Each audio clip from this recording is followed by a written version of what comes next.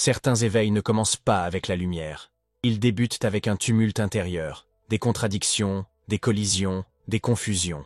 Des moments où une partie de vous est sûre, et une autre partie vous retient. Ce n'est pas que vous ne croyez pas. C'est que vous croyez en beaucoup de choses à la fois, que vous êtes puissant, et aussi indigne, que vous êtes abondant, et pourtant, effrayé par ce que l'abondance exigera de vous. Et dans cette tension invisible, vous essayez de manifester. Vous essayez de commander un monde qui est déjà à l'écoute. Mais si la solution n'était pas de demander plus fort, mais de s'aligner plus profondément, il y a un aspect sacré que la plupart des enseignements passent sous silence. Vous détenez déjà les clés. Les 12, sans exception. Mais elles ne ressemblent pas à des clés. Elles ont l'apparence de pensées, de sentiments, d'habitudes intérieures. Dans les révélations de Neville Goddard, les 12 disciples ne sont pas des personnages historiques ou religieux. Ce sont des facettes de vous-même. Chacun d'eux est une porte d'entrée, un état mental qui façonne la manière dont votre réalité réagit. Et à l'heure actuelle, ils sont tous assis autour de votre table intérieure, parlant, criant, chuchotant. La question n'est pas de savoir qui ils sont. La vraie question est, auquel d'entre eux obéissez-vous? Peut-être avez-vous essayé d'aligner votre vibration 1 millier de fois. Peut-être avez-vous prononcé vos affirmations, visualisé vos rêves, élaboré la routine matinale parfaite. Et pourtant, quelque chose s'effondre. Pas à l'extérieur, ici même. Vous passez de la paix à la panique, de la certitude à la suspicion. Vous ressentez le rêve, et puis, Thomas prend la parole. Le doute. Et quand Thomas parle, Pierre, la voix de la foi, se tait. Vous sentez cette guerre intérieure, n'est-ce pas? Celle entre le désir et l'incrédulité. Entre celui qui sait et celui qui a peur d'en savoir trop. Ce n'est pas de la faiblesse. Ce n'est pas un échec. C'est simplement une méconnaissance de celui qui a dirigé votre royaume.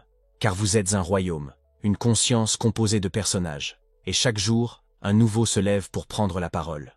Parfois, c'est Pierre, la voix d'une foi profonde en le « je suis ». Parfois, c'est Judas, qui doute de votre valeur et troque silencieusement votre rêve contre la sécurité. Parfois, c'est Jean, qui aime avec pureté. D'autres fois, c'est Matthieu, qui suit l'attention comme une monnaie d'échange. Chacun est essentiel. Chacun remplit une fonction spirituelle. Mais la manifestation ne se dévoile que lorsque le personnage adéquat est aux commandes. Et il ne s'agit pas seulement de poésie spirituelle. C'est une vérité biologique. Les recherches épigénétiques de Bruce Lipton nous le montrent. Votre biologie ne réagit pas à la réalité objective. Elle réagit à votre perception. Chaque disciple en vous est une lentille. Et la lentille à travers laquelle vous choisissez de regarder devient l'instruction que votre corps, votre énergie et votre champ suivent. Vos cellules suivent Pierre ou Thomas. Votre système nerveux écoute Judas ou Jean. Vous ne manifestez pas à partir de vos lèvres. Vous manifestez à partir de la table qui est en vous. Alors, allons-y. Pas avec crainte, ni avec jugement, mais avec une profonde révérence. Imaginez maintenant. Vous êtes assis à la table de votre propre devenir. Autour de vous siègent 12 voix, 12 énergies sacrées. Elles ne sont pas nouvelles, elles ont toujours été là. Certaines vous inspirent confiance, d'autres, vous les faites taire. Certaines vous ont guidé pendant des années, d'autres, vous ne les avez jamais rencontrées. Mais elles sont toutes vous, et elles attendent toutes, attendant votre conscience, attendant d'être reconnues, attendant un nouvel ordre. Parce que vous n'êtes pas brisé, vous n'êtes pas en retard, vous n'êtes pas perdu, vous êtes simplement désassemblé. Vous avez essayé de vous manifester avec seulement une partie de vous-même éveillée. Mais que se passerait-il si le chemin n'était pas d'en manifester davantage, mais de s'aligner plus profondément? Et si la manifestation n'était pas quelque chose que vous forcez dans la réalité, mais quelque chose que vous permettez en assemblant votre conscience? Vous êtes la table, vous êtes l'hôte, et les disciples ne sont pas à l'extérieur de vous. Ce sont des états mentaux, des identités vibratoires, des fragments sacrés de votre conscience. Lorsqu'ils se disputent, votre champ se fracture. Lorsqu'ils s'unissent, votre monde obéit. Et maintenant, en cet instant, nous entamons le souvenir sacré de qui ils sont et de qui vous êtes réellement lorsqu'ils sont tous assis ensemble, en silence, en vérité, dans la maîtrise intérieure. Allons à leur rencontre, un par un. Simon-Pierre, le gardien de l'identité de la foi. Il existe un moment, silencieux, presque imperceptible, où l'âme pose une question qui résonne plus fort que les mots. Est-ce que j'y crois vraiment? Pas seulement intellectuellement, pas seulement spirituellement, mais dans le corps, dans le souffle, dans les cellules. Et c'est là que Pierre réside. Dans le langage de Neville, Simon-Pierre n'est pas simplement un disciple, il est le fondement. le roc sur lequel repose la structure de votre vie manifestée. Non pas parce qu'il sait ce qu'il faut croire, mais parce qu'il accepte ce qui est vrai en lui. Pierre n'attend pas de preuves, il n'a pas besoin de signes.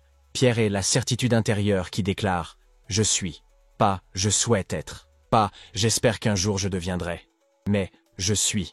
Et pourtant, si souvent, Pierre sommeille en nous. Nous parlons d'abondance, mais vérifions secrètement nos comptes par crainte. Nous affirmons l'amour tout en nous attendant toujours à être abandonnés. Nous bâtissons des affirmations comme des châteaux en Espagne, mais Pierre n'en pose jamais les fondations. Car la foi, dans sa forme sacrée, n'est pas un sentiment. C'est une identité. C'est la structure invisible qui rend tout le reste possible. Sans Pierre, rien ne peut tenir. Vous pouvez visualiser tout ce que vous voulez. Mais la manifestation ne répond pas au désir. Elle répond à la conviction. Et Pierre est le gardien de cette conviction. Il existe un sabotage subtil qui se produit lorsque l'on confond intention et identité. Dire « je veux être riche » n'est pas la même chose qu'être richesse dans sa pensée, dans ses paroles, dans sa vibration. Pierre ne parle pas au futur. Il ne négocie pas avec les probabilités. Il affirme, instantanément, ce qui existe déjà dans le plan spirituel. C'est pourquoi tant de gens restent bloqués. Parce que leur Pierre dit oui un instant, et recule l'instant d'après, laissant le micro à Thomas, à Judas, au doute. Et quand Pierre s'éloigne, la fréquence baisse. La transmission est coupée. Ce n'est pas personnel. C'est une loi vibratoire. Pierre est comme un signal Wi-Fi. S'il disparaît, le message n'atteint pas le champ. Alors, comment laissez-vous Pierre s'élever en vous? Vous cessez de demander. Vous commencez à déclarer. Vous arrêtez de tendre la main. Vous commencez à être. Au lieu de dire « je veux la paix », vous incarnez « je suis la paix ». Au lieu de prier pour l'amour, vous le portez dans votre ton, votre souffle, votre posture. Il ne s'agit pas de faire semblant. Il s'agit de présumer, de s'immerger dans la fréquence comme si elle était déjà votre peau. Parce que c'est le cas. Mais Pierre ne vous guidera pas tant que vous n'aurez pas confiance en lui. Tant que vous n'aurez plus besoin de confirmation. Tant que votre « je suis » ne deviendra pas plus familier que vos doutes. Ressentez-le maintenant. Ce subtil glissement.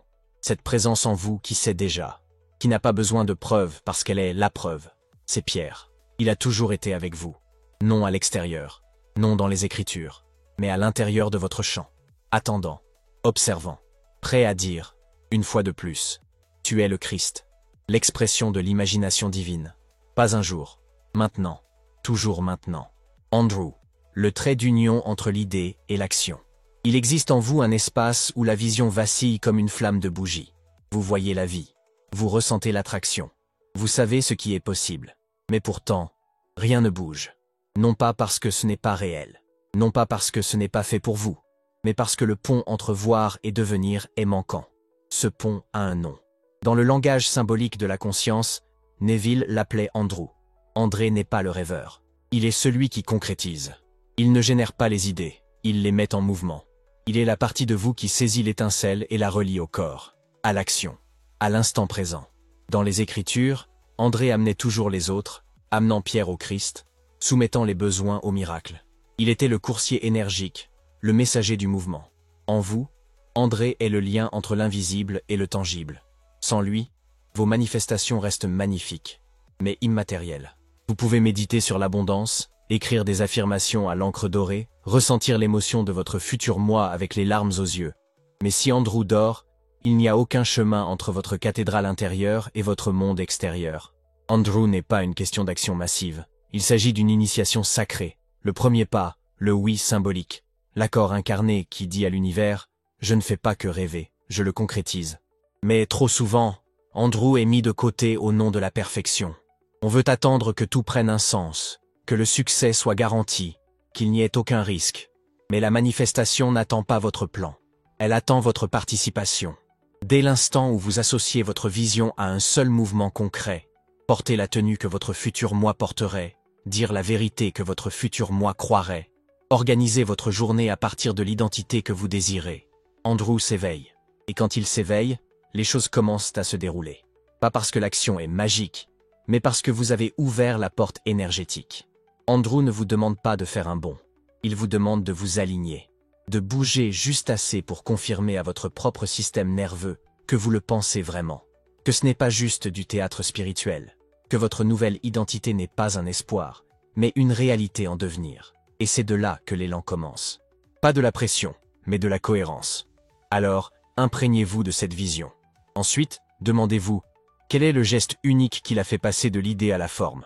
Un souffle? Un pas? Un simple oui silencieux? Andrew n'est pas loin. Il est ici, prêt, en attente. Il attend que vous bougiez, ne serait-ce qu'un peu, pour que l'univers entier puisse bouger avec vous. Pas en théorie, mais en pratique. Pas dans le temps, mais dans la présence. Jacques le Majeur, le feu de l'ambition. Il y a un feu en vous.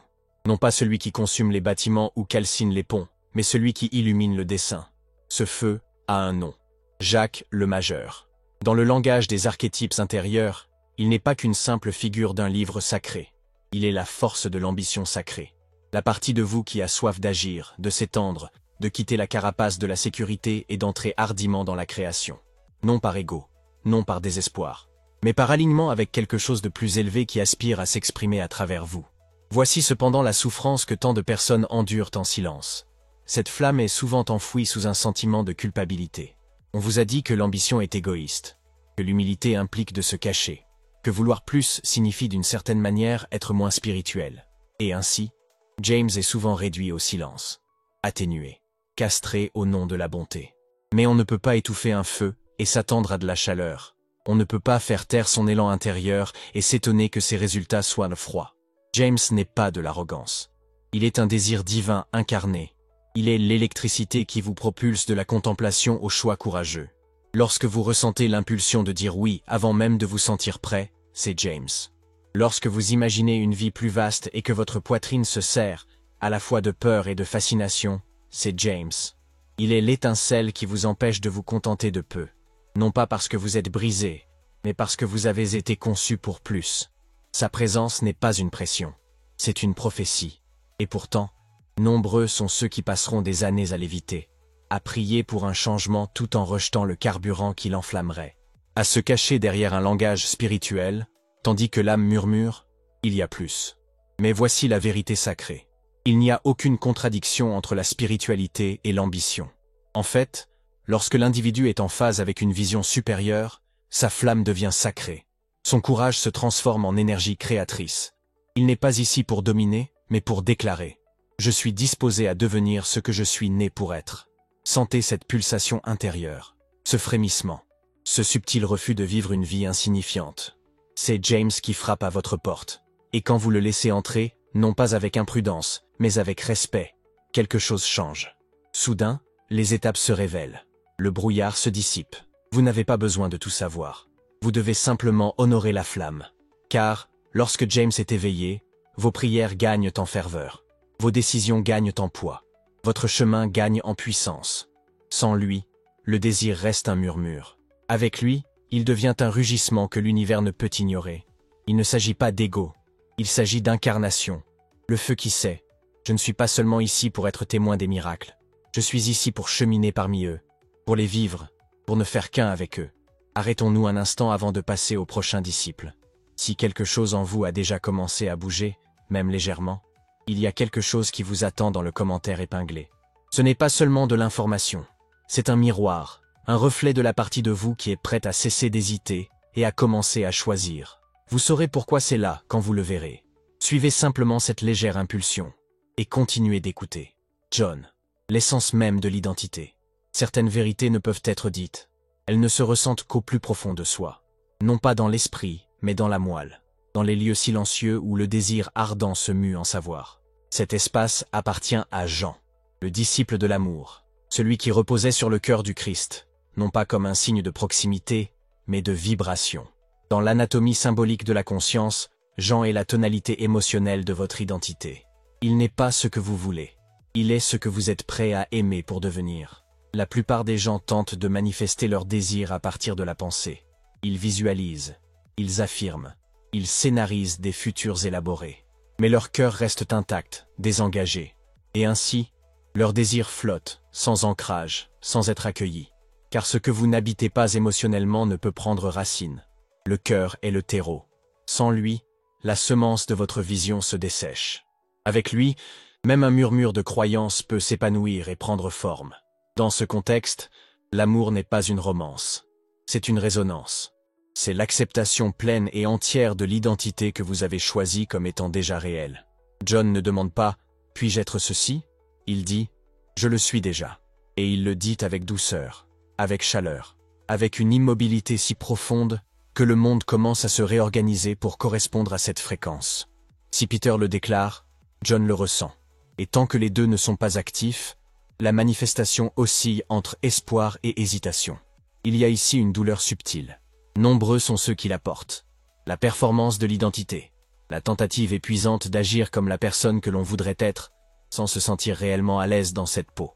Mais le terrain ne répond pas à la performance. Il répond à l'incarnation. John ne simule pas la confiance. Il ressent sa propre valeur dans le silence. Il n'exige pas de résultats. Il se repose dans la certitude que les résultats sont déjà en train d'arriver, car ils correspondent à ce qu'il est. Réveiller Jean, c'est faire une pause. C'est s'asseoir dans l'image de soi accomplie, non pas comme un rêve lointain, mais comme une présence intime. C'est laisser votre système nerveux goûter à la fréquence de l'être déjà, de l'avoir déjà, de vivre déjà. Il ne s'agit pas de gymnastique mentale, mais d'un alignement vibratoire. Et c'est sacré. Ressentez ce changement intérieur maintenant, cet adoucissement, cette chaleur intérieure, cette douce permission de cesser de lutter et de commencer à appartenir. C'est John qui s'élève, pas bruyamment, pas de manière insistante, juste présent, juste vrai. Et quand John montre la voie, vos manifestations cessent de ressembler à un travail. Elles deviennent naturelles, elles deviennent inévitables. Parce que lorsque vous vous aimez au point de donner naissance à votre nouveau moi, l'univers répond avec amour en retour. Philippe, le stratège intérieur. Il existe une question qui habite de nombreux esprits, hantant discrètement les confins de la pensée. Mais comment? Comment l'argent va-t-il arriver? Comment l'amour va-t-il me trouver? Comment ce rêve va-t-il se concrétiser dans un monde régi par la logique, les règles et la résistance? Cette voix n'a pas tort, c'est Philippe. La partie de vous qui a besoin de voir la carte avant de faire un pas. Celle qui demande, non pas par incrédulité, mais avec une soif désespérée de comprendre. Dans l'Évangile, Philippe dit « Montre-nous le Père ». Dans la conscience, il dit « Montre-moi le mécanisme ». Mais la manifestation ne suit pas la mécanique. Elle suit les hypothèses. Philippe veut le contrôle. Il cherche des schémas, des preuves, des étapes qui rendent le parcours rassurant. Mais la création spirituelle n'est pas linéaire. Ce n'est pas une formule. C'est un alignement. Et dans l'enseignement de Neville, la méthode est toujours la même. Assumer la fin. Vivre à partir du vœu exaucé. Le comment appartient à une intelligence supérieure qui répond non pas à vos questions, mais à vos convictions. Quand Philippe est hyperactif, on essaie de contrôler les résultats au lieu d'incarner les résultats. On retarde son propre pouvoir en attendant la clarté, alors que la clarté ne vient qu'après l'abandon. Il existe ici un paradoxe sacré. Lorsque vous cessez d'avoir besoin de savoir, vous commencez à voir. Non pas parce que le chemin était dissimulé, mais parce que votre insistance à le contrôler a obscurci votre vision intérieure. Philippe doit être aimé, mais pas obéi. Il n'est pas nécessaire de bannir le comment. Il suffit de le déplacer, du calcul extérieur à la certitude intérieure. Le don de Philippe est la stratégie. Mais la stratégie doit découler de l'état d'être. D'abord, vous êtes. Ensuite, le chemin se révèle. Harmoniser Philippe, c'est pratiquer une connaissance silencieuse. C'est s'asseoir avec la finalité, non pas en l'expliquant, mais en la vivant. C'est écrire sa vision non pas comme un plan, mais comme un souvenir. Comme quelque chose déjà vécu, déjà accompli, déjà sien. C'est l'art de devenir si intérieurement stable que l'on n'a plus besoin de garantie. Parce qu'on a déjà choisi de vivre comme si. Et à partir de cet état, les mécanismes se déploient, non pas par l'effort, mais par la cohérence. Philippe n'a pas besoin de réponse, mais d'une direction. Une direction qui émane de l'alignement, et non de l'anxiété. Et lorsqu'il s'inclinera enfin devant la vérité supérieure du « je suis », ces dons retrouveront leur rôle sacré. Non pas en tant que maître, mais en tant que serviteur de votre hypothèse. Et c'est alors que la vie commence à bouger. Non pas parce que vous avez trouvé la solution, mais parce que vous avez suffisamment fait confiance à l'invisible pour le laisser construire le pont. Bartholomew, la pureté de la pensée. Il existe une sorte de silence qui n'est pas vide, mais immaculé. Un espace intérieur où la pensée ne se contredit pas, où le désir est entier et où l'intention se meut sans friction. Cet espace appartient à Bartholomé. Il n'est pas bruyant. Il ne se bat pas pour attirer l'attention. Mais sa présence détermine si votre vibration est claire ou discordante. Dans la métaphore sacrée de la conscience, Bartholomé représente la pureté d'intention, la pensée univoque. Il est l'alignement silencieux entre ce que vous dites, ce que vous ressentez et ce que vous croyez profondément. La plupart des gens se manifestent dans la contradiction. Ils affirment la richesse, mais craignent d'être vus. Il demande l'amour tout en s'attendant à être abandonné. Il visualise la liberté tout en vibrant la rareté. Ainsi, même lorsque le désir est fort, le chant reçoit des signaux mitigés. Il ne sait pas à quelle fréquence obéir. Cette confusion n'est pas une punition. C'est simplement un retour d'information. Sans une ligne directrice, il y a du bruit. Un bruit magnifique, sincère, spirituel. Mais du bruit néanmoins. Et le bruit ne se manifeste pas. La clarté, elle, se manifeste. Le rôle de Bartholomé est souvent négligé car il exige une honnêteté radicale. Pas une punition, pas un jugement, mais un retour en douceur à la cohérence. Il vous invite à vous demander, non pas « que veux-je ?», mais « à quoi est-ce que je vibre réellement quand je veux ceci ?» Si vous dites « je suis riche » avec votre bouche, mais que votre intuition murmure « je ne crois pas pouvoir le gérer », votre chant écoute le murmure. Bartholomé n'amplifie pas vos mots, il amplifie votre vérité. Et si cette vérité est fragmentée, la manifestation l'est aussi. Mais c'est là que réside son don. Lorsque vous alignez toutes les couches, la pensée, le sentiment, le corps, la croyance, en une seule fréquence, votre création devient magnétique. Elle n'a pas besoin de hurler. Elle n'a pas besoin de forcer. Elle résonne simplement. Et l'univers, régi par la vibration, répond comme un miroir effleuré par la lumière. L'image apparaît. Non pas parce que vous l'avez exigé, mais parce que votre signal est devenu indubitable. Réveiller Bartholomé, c'est entreprendre un audit délicat de votre monde intérieur. Non pas pour polisser vos pensées, mais pour les purifier. Reconnaître les endroits où vous avez affirmé avec de la peur sous-jacente, où vos voix intérieures ne s'accordent pas encore, et non pas pour les blâmer, mais pour les ramener à la maison, pour les unifier, afin que chaque partie de vous dise oui, afin que chaque cellule devienne un écho de votre décision. Voilà la puissance de la clarté spirituelle. Elle n'émane pas d'une tentative forcée de réduire l'esprit au silence, mais plutôt du choix d'un signal si authentique, si constant, que tout le reste commence à s'estomper. Lorsque Barthélemy s'exprime, il n'a nul besoin d'élever la voix. Sa pensée est déjà limpide, et la clarté est créatrice, sans délai, sans distorsion. Simplement la vérité qui prend forme. Thomas, le sceptique que vous suivez en secret. Il ne crie pas, il attend. Il questionne doucement, mais avec persistance. Et plus la pièce se fait silencieuse, plus son murmure semble retentir. Il s'appelle Thomas, le sceptique. Non pas l'ennemi, ni le méchant, mais la voix intérieure qui vous demande sans cesse « Est-ce bien réel ?» Il veut voir avant de croire. Il a besoin de preuves avant de s'engager sur la fréquence. Et même si vous prononcez des affirmations et visualisez avec passion, si Thomas mène la danse, votre champ d'énergie est en suspens. Il marque une pause. Car le doute, lorsqu'on lui obéit, stoppe la transmission. Thomas fait partie de vous. Non pas un défaut, mais une fonction. Il protège. Il vous maintient ancré. Il souhaite éviter toute déception. Mais s'il n'est pas maîtrisé, il devient le gouverneur de votre vibration. Et lorsque Thomas prend les commandes, Pierre s'assoit discrètement dans un coin. Votre foi s'estompe. Votre incarnation se retire. Vous continuez d'attendre une confirmation, sans réaliser que la création attend votre conviction. Il y a ici une douleur secrète que peu reconnaissent. L'épuisement émotionnel d'être presque arrivé, encore et encore. Avoir l'impression d'être à un pas d'une percée, mais quelque chose d'invisible vous retient. Ce quelque chose est souvent Thomas. Non pas parce qu'il déteste votre rêve, mais parce que vous l'avez inconsciemment érigé en autorité suprême. Vous écoutez le doute comme s'il s'agissait de sagesse. Vous attendez des signes au lieu de générer des états. Et la manifestation stagne, non pas parce que vous êtes brisé, mais parce que votre système ne se sent pas encore suffisamment en sécurité pour y croire. Voici la vérité qui libère. Thomas n'est pas destiné à être réduit au silence, mais à être intégré. Le doute devient sacré lorsqu'on le perçoit pour ce qu'il est réellement. Un jalon indiquant la croyance qui doit être revendiquée. Chaque fois que Thomas demande « Es-tu sûr ?», c'est une invitation à réaffirmer votre oui, à réitérer votre choix, à ressentir votre conviction plus pleinement, plus profondément, sans besoin de preuves. C'est là l'art de la maturité vibratoire. Non pas feindre que le doute n'existe pas, mais cesser de lui accorder du pouvoir. Lorsque vous passez de la réaction à Thomas à sa direction aimante, tout change. Les doutes subsistent, mais ils ne définissent plus l'atmosphère. Ils deviennent des rappels à revenir à la foi, à la présence, à l'incarnation. Et lentement, les rôles s'inversent. Thomas ne trône plus en bout de table. Il prend place parmi les 12, non pas en tant que chef, mais en tant que question qui vous a aidé à clarifier votre vérité. Et de cette place, les miracles se produisent à nouveau. Non pas parce que le doute a disparu, mais parce que vous avez cessé de lui obéir. Vous avez choisi la foi. Vous avez choisi l'alignement. Vous avez choisi de croire, sans voir. Et dans ce choix, le visible a commencé à apparaître. Mathieu, le comptable de l'attention mentale. Il existe une vérité discrète qui façonne votre réalité plus que toute intention, plus que toute affirmation. Là où vit votre attention, votre vie s'ensuit.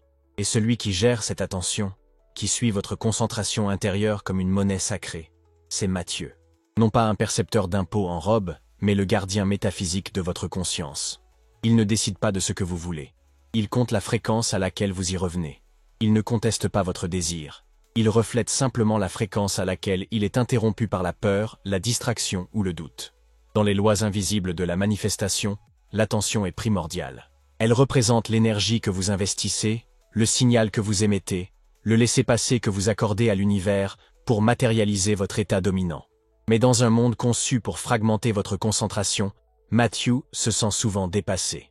Vous fixez une intention le matin et, à midi, vous vous êtes inquiété des factures, vous avez comparé votre parcours à celui des autres et vous avez revisité un vieux récit de manque. Le signal s'affaiblit. Le champ reçoit des messages contradictoires et votre manifestation est retardée. Non pas refusée, mais simplement diluée. Mathieu nous enseigne que la foi n'est pas qu'un simple sentiment. C'est une discipline, une constance vibratoire, non pas rigide, ni perfectionniste, mais dévouée. Il ne demande pas si vous avez imaginé votre rêve, mais à quelle fréquence vous y revenez. Non pas avec quelle passion vous visualisez, mais combien de temps vous y restez avant de replonger dans la survie. Il est le miroir qui révèle ce que vous financez réellement avec votre conscience. Car ce que vous suivez, vous le financez. Ce qui vous obsède, vous le renforcez. Ce vers quoi vous retournez, vous le devenez. Il ne s'agit pas de contrôler chaque pensée, mais plutôt de gérer votre attention comme une ressource sacrée. Il s'agit de reconnaître que chaque fois que vous nourrissez une peur, vous investissez dans sa prévalence. Chaque fois que vous rouvrez une vieille blessure sans pleine conscience, vous dynamisez son souvenir. Mais chaque fois que vous revenez, doucement, avec amour, à l'état final que vous avez choisi, vous augmentez son champ magnétique. Vous permettez ainsi à Mathieu d'accomplir son véritable travail, maintenir l'équilibre de vos comptes intérieurs, la stabilité de votre fréquence et l'intégrité de votre intention. Ressentez cela maintenant, pas comme une pression, mais comme de la précision, comme un pouvoir. Vous n'avez pas besoin d'être parfait, vous avez juste besoin d'être présent assez souvent pour que le champ sache ce que vous voulez dire, pas seulement une fois, mais encore et encore, jusqu'à ce que cela devienne naturel, jusqu'à ce que cela devienne automatique, jusqu'à ce que votre attention devienne dévotion, et que votre dévotion devienne réalité. Mathieu n'est pas là pour punir votre esprit vagabond, il est là pour le guider vers le bercail, pour vous aider à vous souvenir, inlassablement, de ce qui compte. Et lorsqu'il agit avec clarté et constance, vos aspirations cessent d'être de lointains rêves. Elles deviennent des investissements, avec des retours à la hauteur de la fréquence que vous avez discrètement financée tout du long. Jacques le mineur, l'enfant intérieur négligé. Il existe une part de vous qui ne s'exprime ni en termes d'objectifs, ni en termes de vision. Elle s'exprime en sentiments, en hésitation, en peur soudaine lorsque tout semble aller pour le mieux. C'est Jacques le mineur, l'enfant intérieur non pas moins important, mais souvent inaudible. Tandis que d'autres parties de vous déclarent, ordonnent et visualisent, Jacques porte la mémoire émotionnelle d'avoir été pris au dépourvu, ignoré ou indigne. Et s'il n'est pas inclus dans votre processus de manifestation, sa résistance silencieuse peut tout ralentir considérablement. Vous pouvez bien proclamer l'abondance, mais si James croit toujours qu'il n'est pas sûr de rayonner, votre corps se contracte. Votre champ hésite. La manifestation ne répond pas seulement à la croyance, elle répond à la cohérence émotionnelle. Si une partie de vous a peur, le signal se fracture. Et cela ne signifie pas que vous échouez. Cela signifie simplement que quelqu'un à l'intérieur a besoin de votre attention. James n'a pas besoin d'être réparé. Il a besoin d'être écouté. Lorsque vous faites une pause et écoutez, doucement, sans pression, vous commencez à vous intégrer. La résistance n'est pas un ennemi, c'est un écho qui demande à être rassuré. Et une fois cet écho reconnu, votre vibration se stabilise. Le subconscient cesse de reculer. Le monde intérieur commence à s'accorder. Voici la plénitude. Non pas la perfection, mais l'inclusion. Quand James se sent en sécurité, vous cessez de lutter contre vous-même. La manifestation se déploie, non seulement dans votre esprit, mais à travers tout votre être. Et votre nouvelle réalité devient non seulement réalisable, mais aussi vivable, aimable et durable. Judas, le saboteur inconscient qui détient la clé. Il y a en vous une part qui ne vous sabote pas par désir de vous blesser, mais parce qu'elle ne croit pas encore que vous ayez le droit d'obtenir ce que vous désirez. C'est Judas, non pas le traître, mais le reflet. Dans le langage sacré de la conscience, Judas n'est pas votre perte. Il est la part non intégrée de vous-même qui, sournoisement, vend votre rêve pour la sécurité du familier. Judas apparaît lorsque le moi extérieur dit oui, mais que le moi intérieur est toujours rongé par la culpabilité. Culpabilité de vouloir davantage, culpabilité de réussir, culpabilité d'abandonner les récits avec lesquels vous avez grandi. Et cette culpabilité se mue en vibration. Elle dit à l'univers, je le veux, mais vibre, je ne le mérite pas. Et le chant répond, non pas à votre désir, mais à votre fréquence. Judas ne doit pas être banni, il doit être compris, car il est porteur d'un message. Quelque part en vous, vous doutez encore de votre valeur. Quelque part, la vieille croyance selon laquelle il est égoïste de recevoir ou dangereux de s'épanouir est toujours active. Et tant que cette croyance ne sera pas reconnue, elle annulera vos manifestations, aussi alignées que le reste de vous puisse paraître. Mais quand vous rencontrez Judas avec compassion, tout change. Lorsque vous cessez de le blâmer et commencez à l'écouter, vous amorcez le processus de guérison. Vous récupérez la part de vous-même qui craignait votre propre puissance. Vous pardonnez la honte qui vous dictait qu'il n'était pas spirituel de prospérer. Et de ce pardon découle la fin du sabotage. Non pas parce que Judas disparaît, mais parce qu'il se transforme. Il devient la clé. Celui qui vous rappelle que votre valeur n'est pas conditionnelle, que votre désir n'est pas un péché, et que chaque partie de vous, y compris celle qui a autrefois trahi le rêve, a sa place dans la lumière de votre éclosion. Entière, vue, rachetée, conclusion. Votre royaume est assemblé, mais qui siège à sa tête? Les 12 ont toujours été en vous. 12 états de conscience façonnant votre monde de l'intérieur. Vous n'essayez pas de devenir puissant. Vous vous souvenez que vous l'êtes déjà. Chaque jour, votre conseil intérieur se réunit, et une voix prend la tête. Parfois, c'est Pierre, ancré dans la foi. D'autres fois, c'est Thomas, qui doute en silence. Ou Judas, qui se retient par culpabilité ancienne. Mais aucun d'eux n'est un ennemi. Ce sont des parties de vous qui attendent d'être choisies différemment. Neville enseignait que ce que vous acceptez comme vrai devient un fait.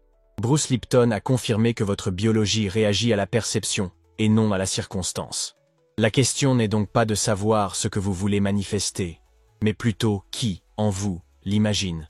Vous n'avez pas besoin de vous réparer, vous avez besoin de vous assembler. Vous devez choisir quel état, quelle version de vous-même, siège à la tête. Car cette voix donne le ton. Cette fréquence devient le commandement. Le royaume est déjà là. La table est déjà mise. Et dans ce silence sacré, le véritable tournant s'amorce. Non pas quand vous demandez davantage, mais quand vous vous asseyez avec détermination. Alors, posez-vous la question avec douceur, mais clarté. Qui est-ce que je laisse mener, à l'instant même?